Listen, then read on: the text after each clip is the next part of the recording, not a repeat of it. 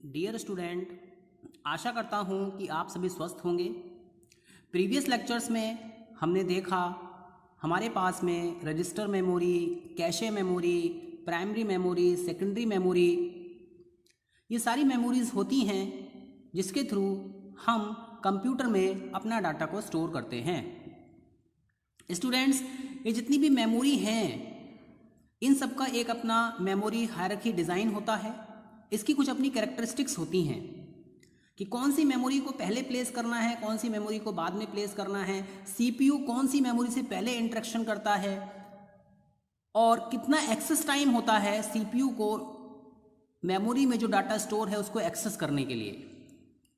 Students, यहाँ पर आपको एक बेसिक मेमोरी यूनिट का डायग्राम दिया गया है जिसमें आपको बताया गया है कि हमारे पास में के एड्रेस लाइंस हैं एंड डाटा लाइंस हैं और जो मेमोरी यूनिट होती है वो आपकी 2 की पावर k वर्ड्स इसकी लेंथ होती है और इसमें n बिट पर वर्ड्स आते हैं। इसमें हम रीड ऑपरेशन कर सकते हैं, इसमें हम राइट ऑपरेशन कर सकते हैं। Students, as we know that memory unit consists of data lines, address, selection lines and control lines that specify the direction of transfer। हमारे पास में एड्रेस लाइन है, डाटा लाइन है, इन सब की हेल्प से हमें ये पता होता है कि किस तरीके से डाटा जो है वो ट्रांसफ़र होगा किसी एक प्लेस से दूसरी प्लेस पे, या तो मेमोरी टू मेमोरी ट्रांसफ़र हो रहा होगा या फिर मेमोरी टू सेकेंडरी स्टोरेज में डाटा को ट्रांसफ़र किया जा रहा होगा या फिर main memory to secondary memory interaction हो रहा होगा। स्टूडेंट्स, यहाँ पर हमारे पास में डाटा लाइंस होती हैं और डाटा लाइन हमें ये बताती हैं कि मेमोरी में डाटा कहाँ पर स्टोर हो रहा है। Data lines provide us the information to be stored in the memory. इसके बाद में हमारे पास में कुछ कंट्रोल इनपुट्स होते हैं जो कि डाटा के डायरेक्शन को स्पेसिफाई करते हैं कि डाटा कौन सी डायरेक्शन में स्पेसिफाई होगा। इससे पहले आपने स्टडी किया था कि हमारे पास में नॉर्थ पोल होता है, साउथ पोल होता है। नॉर्थ पोल मेमोरी का जो ऑर्गेनाइजेशन है वो हाई स्पीड बसेस से इंटरेक्शन होता है और आपका साउथ पोल का लो स्पीड बसेस से इंटरेक्शन होता है। नाउ स्टूडेंट्स, हमारे पास में यहाँ पर के एड्रेस लाइंस हैं जो कि हमें ये बताती हैं कि 2 की power k memory words can be accessed. आपने देखा होगा कि मेमोरी को हम 2 की पावर 8, 2 की पावर 16, 2 की पावर 10, 2 की पावर 20, 2 की पावर 30 इसमें स्पेसिफाई करते हैं। Now students, this is the diagram that specify the labels and how the memory design is organised. किस तरीके से मेमोरी को ऑर्गेनाइज किया गया है ये डायग्राम आपको डिपिक्ट करता है। इसमें हमारे पास में 5 लेबल्स होते हैं, level 0, level 1, level 2, level 3 and level 4। अगर हम बात करें लेवल 0 की तो इट मीन्स लेवल 0 ऐसी मेमोरी जो कि सीपीयू के इनसाइड है। हम ये कह सकते हैं, आपने देखा होगा हमारे पास में सीपीयू रजिस्टर्स होते हैं। सीपीयू अपनी कुछ कैलकुलेशंस करता है, उसमें हमारे पास में एक्यूमुलेटर्स आते हैं, जनरल पर्पस रजिस्टर्स आते हैं। तो ये जो मेमोरी होती है लेवल 0 की, ये आपकी सीपीयू इनसाइड इन अकर्ड करता है। स्टूडेंट्स, इसके बाद लेवल 1 आता है जिसमें आपके पास में कैशे मेमोरी होती है। आप कह सकते हैं कि जो कैशे मेमोरी होती है वो आपकी एस रैम का कॉम्बिनेशन होता है, स्टैटिक रैम का कॉम्बिनेशन होता है। And this memory is made up of flip flop. Students, cache memory आपको बताया गया है कि ऐसा डाटा जो कि आपका टेम्पररी बेसिस पे स्टोर होगा, जो ऐसा डाटा जिसको लगातार एक्सेस सीपीयू आपका करेगा, वो हम कैशे मेमोरी में प्लेस करते हैं। एग्जाम्पल आपको दिया गया था इससे पहले, काउंटर वेरिएबल्स। नाउ स्टूडेंट्स, इसके बाद हमारे पास में आती है मेन मेमोरी। मेन मेमोरी का जो लेवल है डेट इज लेवल 2 है और ये डी रैम से मिलके बनी होती है। इट मीन्स ट्रांजिस्टर से मिलके बनी होती है। स्टूडेंट्स, मेन मेमोरी में सारे एप्लीकेशंस आपके रन करते हैं जो करंटली आप ओपन करेंगे। स्टूडेंट्स, इसके बाद लेवल 3 आता है, वो हमारा मैग्नेटिक डिस्क का है। आप कह सकते हैं इसमें आपकी हार्ड ड्राइव आती है, आपकी इसमें SSD आती है, सॉलिड स्टेट ड्राइव आती है। इससे प्रीवियस लेक्चर में मैंने आपको सेकेंडरी स्टोरेज के बारे में बताया था, वहाँ पर हमें मैग्नेटिक डिस्क और SSD के बारे में स्टडी किया था। That is level 3। Now students, इसके बाद हमारे पास में लेवल 4 है। लेवल 4 में आपके ऑप्टिकल डिस्क आ जाती हैं, जैसे DVD है, आपका मैग्नेटिक टेप है।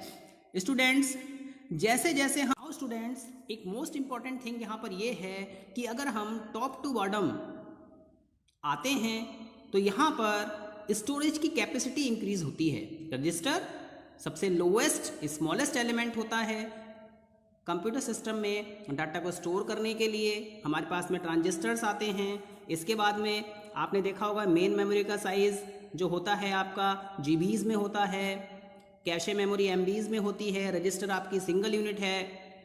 मैग्नेटिक डिस्क जिसमें आपकी हार्ड डिस्क आती है, ये आपकी टेराबाइट्स में भी आपको आजकल मिल रही है। ऑप्टिकल डिस्क, मैग्नेटिक टेप, इनकी भी स्टोरेज कैपेसिटी बहुत ज़्यादा होती है, आप GBs में डाटा स्टोर कर सकते हैं।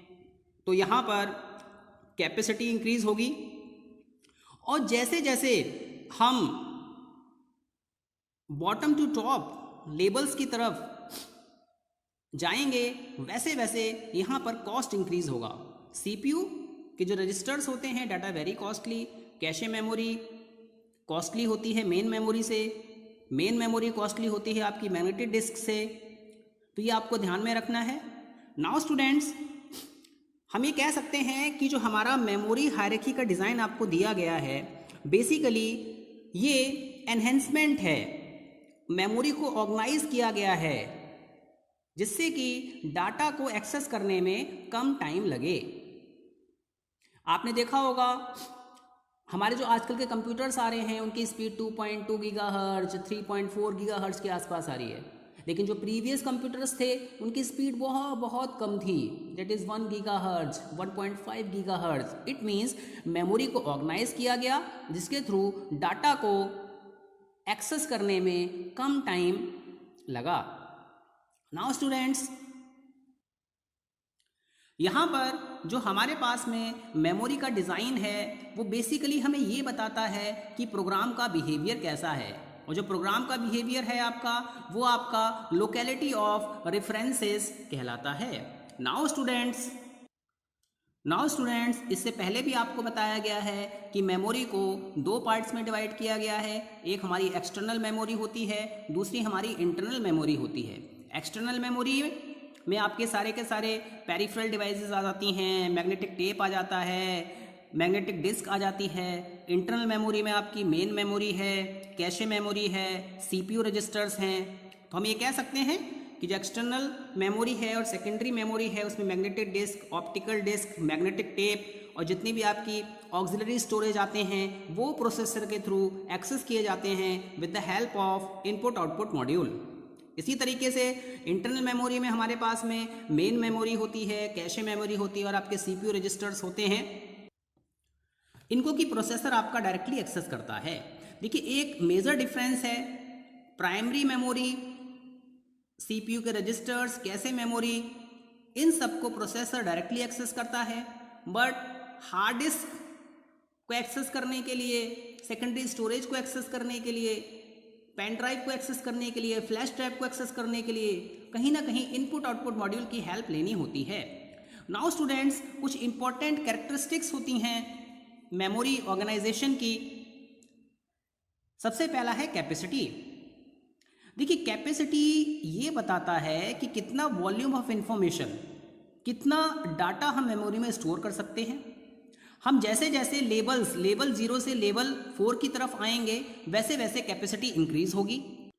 इस डायग्राम में मैंने आपको बताया है कि जैसे जैसे हम लेवल 0 से लेवल 4 की तरफ आते हैं वैसे वैसे कैपेसिटी इंक्रीज होती है, और हम बॉटम से अगर टॉप की तरफ जाते हैं तो कॉस्ट इंक्रीज होता है। नाउ स्टूडेंट्स, जो सेकेंड कैरेक्टरिस्टिक है डेट इज एक्सेस टाइम।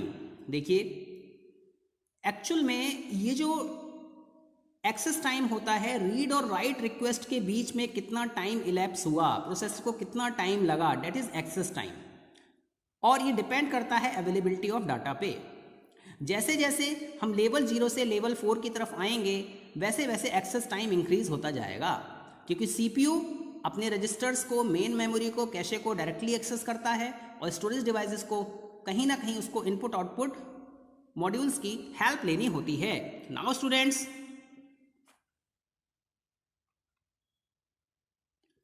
अब हम बात करते हैं परफॉर्मेंस की। जो हमारे अर्लियर कंप्यूटर सिस्टम्स थे उनमें एक स्पीड गैप था। स्पीड गैप क्या था कि सीपीयू रजिस्टर्स और मेमोरी, मेन मेमोरी को एक्सेस करने में कहीं ना कहीं एक लार्ज डिफरेंस आ रहा था एक्सेस टाइम में। सीपीयू रजिस्टर्स को एक्सेस कर रहा है तो कम टाइम लग रहा है, मेन मेमोरी को एक्सेस कर रहा है तो ज़्यादा टाइम लग रहा है। तो ये मेन रीज़न था लो परफॉर्मेंस का। इसलिए मेमोरी को एनहेंस किया गया, मेमोरी को प्रॉपरली ऑर्गेनाइज किया गया। पहले रजिस्टर्स, फिर कैशे मेमोरी, फिर main memory, then secondary storage. तो ये जो एनहेंसमेंट था ये आपका मेमोरी के डिज़ाइन में एनहेंसमेंट किया गया, जिसकी वजह से परफॉर्मेंस थी वो सिस्टम की आपकी क्या हो गई, इंक्रीज हो गई।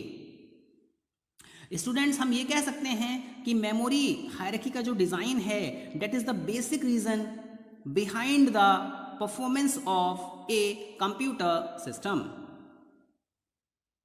नाउ स्टूडेंट्स, अब हम बात करते हैं एक मोस्ट इंपॉर्टेंट थिंग की, that is cost per bit. देखिए, कॉस्ट जो है वो बेसिकली आपको ये बता रहा है कि हम जो मेमोरी परचेज कर रहे हैं, जितना डाटा हम स्टोर करेंगे वो किस तरीके से आपको कॉस्ट पर बिट पड़ेगा। अगर हम हायरार्की की बात करें, अगर हम बॉटम टू टॉप जाते हैं तो कॉस्ट इंक्रीज होती है। क्यों? क्योंकि इंटरनल मेमोरी जो होती है उसको प्रोसेसर डायरेक्टली एक्सेस कर लेता है और एक्सटर्नल मेमोरी को एक्सेस करने में उसे कहीं ना कहीं इनपुट आउटपुट मॉड्यूल की हेल्प लेनी होती है।